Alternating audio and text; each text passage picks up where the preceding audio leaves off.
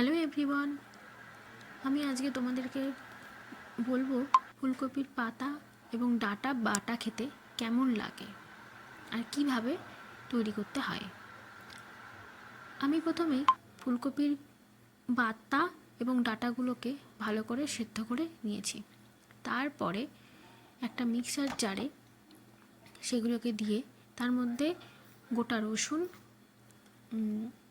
কাঁচা লঙ্কা এবং হাফ চামচ নুন এবং হাফ চামচ চিনি এবং একটু সর্ষের তেল তাতে ভালো করে দিয়েছি। দিয়ে সেটাকে মিক্সার জারে ভালো করে ঘুরিয়ে নিয়েছি। ঘুরিয়ে একটা কড়াইয়ের মধ্যে একটু ভালো করে নেড়ে চেড়ে এটাকে ভালো করে শুকিয়ে নিয়েছি।